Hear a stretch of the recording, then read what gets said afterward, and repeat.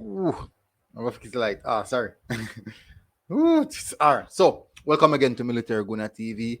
Um, it was we had a very very good stream last night. Yeah, I'm be honest. We had a very very good stream last night, discussing quite a few things. I.e., the sacking of Theodore Tappa Whitmore. As you can see from here, the Jamaica Observer, Whitmore, relieved of his duty as head coach of the Reggae Boyz. Jamaica Observer reading, it has been confirmed that Theodore Tappa Whitmore has been removed as head coach of the Jamaica male national football team. So this was reported also by the Jamaica Observer.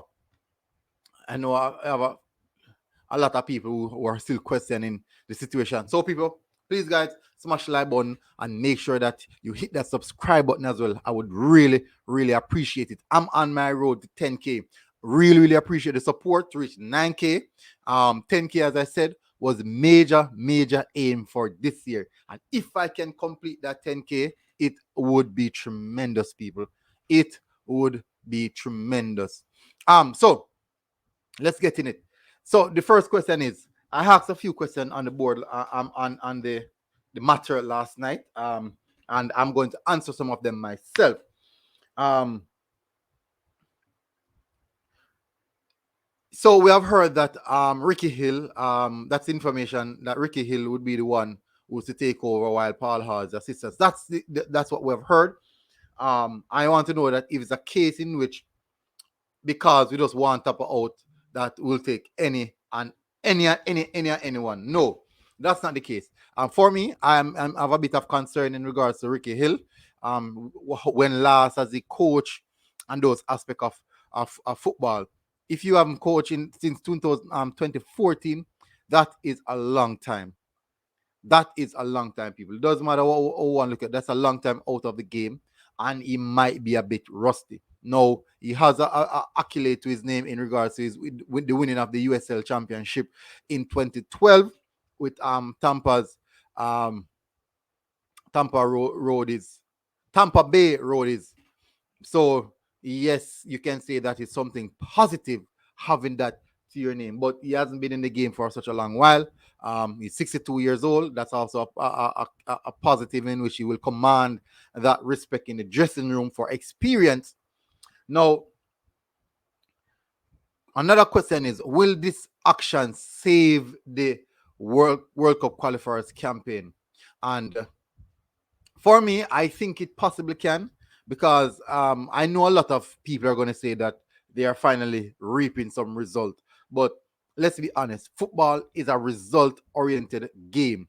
You're not pulling the result, definitely you are going to be out of a job. Just the same as though if a player is not putting in the performance, we all as fans will be asking for that player to be dropped.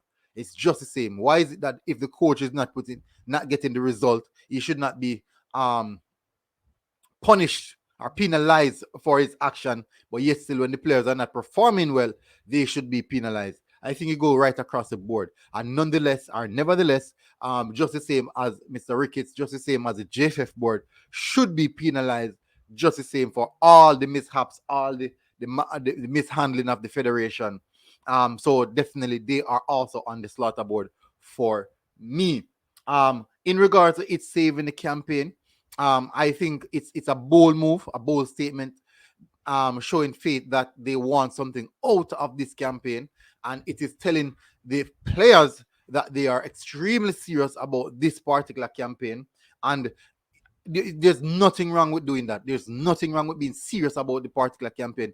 This year campaign, this World Cup qualifiers is bigger than any one individual. It's bigger than It's bigger than Michael Ricketts. It's bigger than Dalton Wint. It's bigger than Theodore Tappa Whitmore. It's bigger than any single player. It's bigger than any individual fan. This World Cup campaign is about the country. This is about the country. This is about the diaspora, all roughly 6 million in the diaspora, and also inclusive of the country as well. So it's totally bigger than any one individual. It's a collective effort, and we are expecting good things. And if we're not seeing the result, There's no reason why we should feel disappointed about doing the right thing in regards to searching for the result. It's if you're at your job, your job, and you're not putting a good performance, and your production level is quite low, I'm telling you, you will be fired, and no one will be sorry for you. You will be fired, and there's no need to worry about Tappa Whitmore, because I believe that he will get another job quite soon. That won't be difficult. I believe he will get another job quite soon. Now, a question that I asked is regards to style of play. So most people have heard, and I've seen some videos now of how he sets up his team 4-3-3, actually with a possession based style of play. Now the question is this: would our players right now suit that system, knowing that they were playing not anything similar to that? Long ball over the top. Oh, in regards to Ricky Hill coaching abilities, that's what I saw. I think the players are very good technically, and I think this shouldn't be an issue. And I believe that they will adapt quite soon. So I don't think that will definitely be a issue. No, I think yes, team selection. Last question. Well, I had more asked more question, but the last question I want to address is regards to team selection. Will this occurrence affect team selection? Will it really affect team selection? And personally, I believe yes, it will. We could clearly hear evident report. Well, I won't say evident, but reports coming out of the camp that if Tappa Whitmore should go, there would be a revolt from the players, from certain particular sets of players, and we'll definitely see how that one matriculates in how they approach it. But it's nonetheless, I think it might affect the team selection.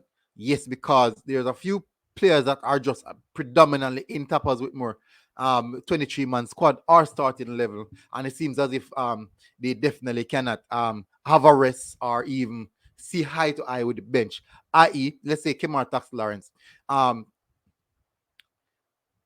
We run Kemar Tax Lawrence to the ground, literally run him into the ground. And then now, when he start putting in poor performances, we as fans are going to be start arguing. And from way out, we should have recognized that Tax Lawrence was being run to the ground. But people, that is the news. We'll definitely do a bit more on Ricky Hill to see what is the situation on Ricky Hill and how we can move going forward. Yes, a lot of people are still denying. I think people are still denying the fact that he's gone. I don't know why.